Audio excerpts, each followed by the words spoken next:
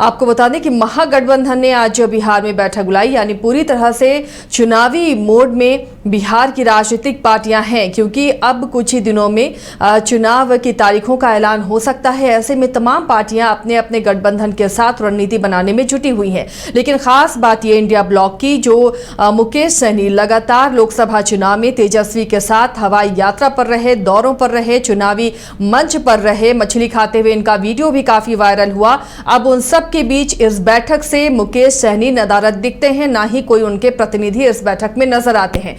तो इसके क्या मतलब निकाले जाए? क्या सीटों को लेकर सहमति नहीं बनी? क्या मुकेश सहनी फिर से पलटी मार सकते हैं? राजीव जी, जो आज की जो खबर है महागठबंधन को लेकर, मुकेश सहनी लगातार किनारा करते हुए नजर आ रहे हैं, तो क्या अब ये माना जाए कि अब किसी और पार्टी में, किसी और गठबंधन में जा सकते हैं मुकेश सहनी?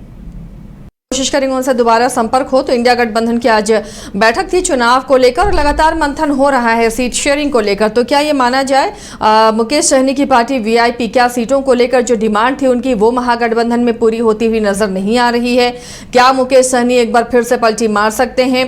क्या वो एनडीए के साथ फिर से जा सकते हैं? कई ऐसे तरह कयास लगाए जा रहे हैं, क्योंकि आज की बैठक में मुकेश सहनी का नहीं आना और उनके किसी प्रतिनिधि का नहीं होना ये इशारा कर रहा है कि इंडिया ब्लॉक में सब कुछ ठीक ठाक नहीं है, ऑल इज वेल नहीं है, पार्टियां इंटैक्ट नहीं हो रही। शायद इसी वजह से वीआईपी नजर नहीं आई इस बैठक में। तो क्या नाराजगी है या अभी भी प्रेशर पॉलिटिक्स का खेल खेला जा रहा है?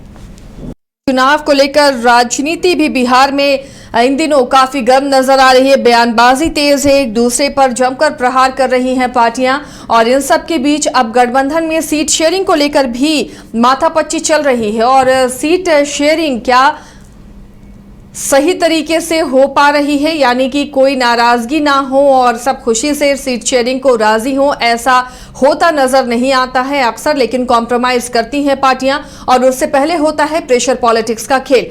फिलहाल इंडिया गठबंधन में वीआईपी थी मुकेश सहनी की पार्टी, लेकिन आज की बैठक में मुकेश सहनी ने खुद को दूर किया है। जिस तरह वो सीटों को लेकर अड़े हुए हैं, सीट शेयरिंग को लेकर लगता नहीं कि उनकी बात यहां मानी जा रही है। और तो अब सवाल उठने लगे हैं राजनीतिक फिजा में कि क्या मुकेश सहनी फिर से अपना पाला बदल सकते हैं? क्या उनकी पार्टी अब एनडीए गठबंधन का हिस्सा बनेगी? अब आने वाले दिनों में तस्वीर साफ होती हुई नजर आएगी। लेकिन फिलहाल इंडिया गठबंधन की बैठक में मुकेश सहनी का नहीं होना, उनके प्रतिनिधि को नहीं होना, इस तरह के कई सवालों को खड़ा कर रहा है। हमारे साथ संपादक इसके राजीव फोन लाइन पर जुड़े हुए हैं। राजीव जी, क्या माना जाए, अब महागठबंधन की बैठक से वीआईपी ने खुद को अलग कर लिया, क्या ये प्रेशर पॉलिटिक्स है या फिर से पाला बदलेंगे मुकेश सहनी? चलिए, फोन लाइन पर जुड़ चुके हैं संपादक इसके राजीव। राजीव जी, मुकेश सहनी महागठबंधन की बैठक में शामिल नहीं होते हैं, तो क्या ये माना जा रहा है कि फिलहाल अभी वो प्रेशर पॉलिटिक्स कर रहे हैं या फिर पाला बदलने की कोशिश हो रही है?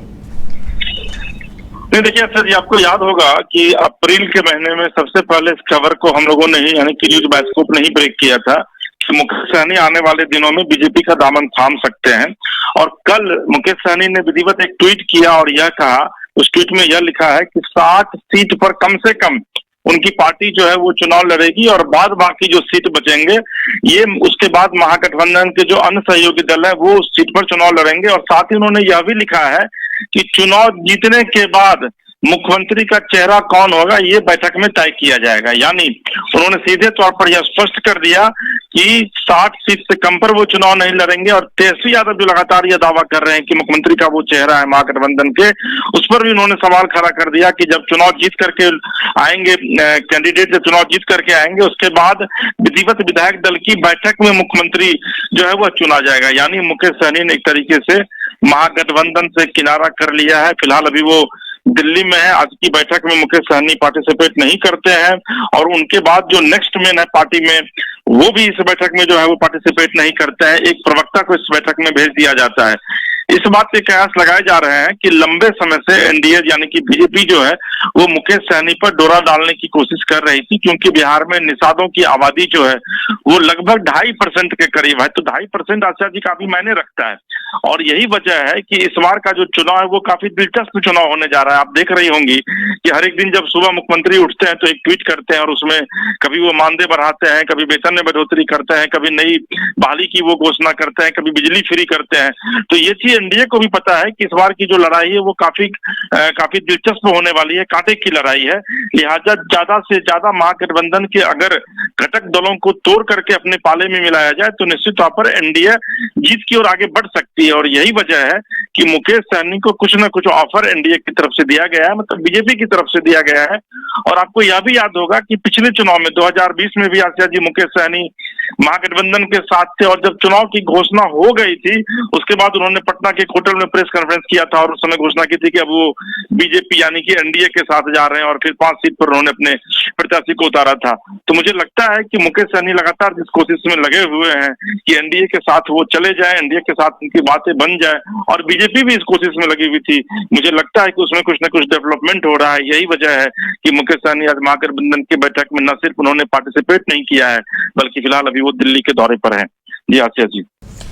तो चलिए, महागठबंधन में सब कुछ ठीक ठाक नहीं है और अगर मुकेश सहनी अलग होते हैं तो कितनी सीटें ऐसी होंगी अंदाजन राजीव जी जिस पर नुकसान हो सकता है इंडिया गठबंधन को, अगर एनडीए की तरफ से मुकेश सहनी खड़े होते हैं या उनकी पार्टी का कोई उम्मीदवार खड़ा होता है वहां, तो कितना नुकसान हो सकता है महागठबंधन को? उत्तरी बिहार का जो इलाका है उसमें निषादों की आबादी अच्छी खासी है। हालांकि अगर आप पूरे बिहार की बात करेंगे तो मैंने जैसा बताया आपको कि 2.5 से लेकर के 2.9 तक जो है वो मल्ला जाति यानी कि निषादों की जो है वो आबादी है। ऐसी स्थिति में मुकेश सहनी चूंकि खुद को सन ऑफ मल्ला कहते हैं, यही वजह है कि उनको इस बात का पूरा भरोसा है कि जो 2.5-3% जो उनकी आबादी है वो उनको वोट करेगी। वहीं दूसरी तरफ आप देखिए कि कल संतोष सुमन जो जीतन राम मांझी के बेटे हैं और हम के अध्यक्ष हैं, उन्होंने विधिवत यह कहा कि भाई मुकेश सहनी की वहां पर उपेक्षा हो रही है और ऐसी स्थिति में मुकेश सहनी को एनडीए के साथ हम लोगों के साथ आ जाना चाहिए और जो वर्तमान सरकार केंद्र में है उनके साथ कदम से कदम मिला करके बिहार में सरकार बनाने की कोशिश करनी चाहिए, क्योंकि महागठबंधन की सरकार बिहार में नहीं बनने जा रही है। तो आप अंदाजा लगाइए कि आज बैठक है और कल संतोष सुमन का ये बयान आता है। तो ये बयान ही अपने आप में यह बताने के लिए काफी है कि एनडीए जो है वो मुकेश सहनी पर डोरे डाल रही है और इस कोशिश में लगी हुई है कि किसी भी तरीके से मुकेश सहनी उनके साथ आ जाए ताकि कम से कम उनका जो वोट परसेंटेज है उसमें 2.5% 3% का इजाफा जो है वो हो सके। जी आसिया जी। चलिए, शुक्रिया इस तमाम जानकारी के लिए राजीव जी आपका। तो फिलहाल अब कोशिश यही हो रही है एनडीए की कि मुकेश सहनी उनके तरफ आ जाए। मुकेश सहनी को भी की कोशिश ये है कि ज़्यादा से ज़्यादा सीटें उन्हें इस विधानसभा चुनाव में मिले और महागठबंधन में बात बनती हुई नज़र नहीं आ रही है सीट शेयरिंग को लेकर। इसलिए हो सकता है कि अब मुकेश सहनी जो दिल्ली में इस वक्त कैंप कर रहे हैं अपना पाला बदल सकते हैं। उसके बाद बिहार की राजनीति और भी दिलचस्प हो जाएगी।